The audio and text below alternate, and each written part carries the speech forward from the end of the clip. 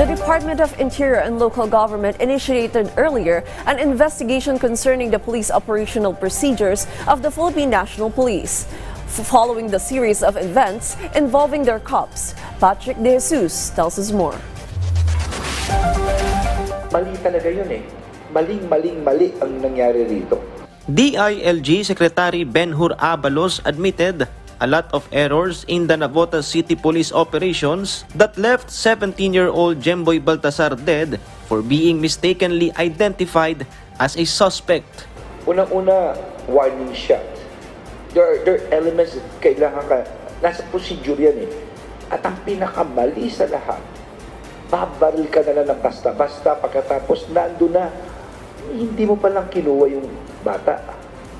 Lahat mali. Kaya nakakagalit eh.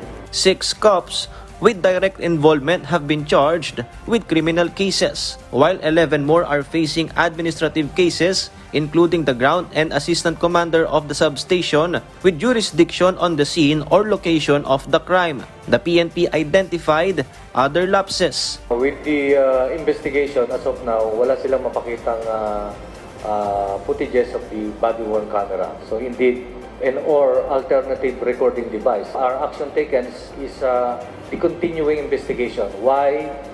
To seek answers for why walang body-worn camera, walang paraffin test when they were arrested and or inquested, why it took them, walang nag-respond na investigator.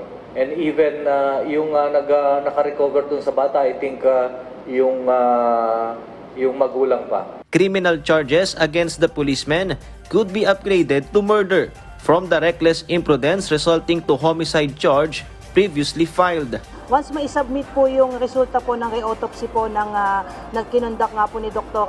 Fortune, that will be an additional basis po on the part po ng prosecutor for the determination whether yung una pong isinampan na kaso po na reckless imprudence resulting in homicide ay po pwede itong iakyat sa murder case. Abalos also held a meeting with the PNP leadership to review the police operational procedures following different incidents wherein cops are involved. These also includes the Imus City Cavite Police who forcibly entered a house of a retired professor during a follow-up drug operation.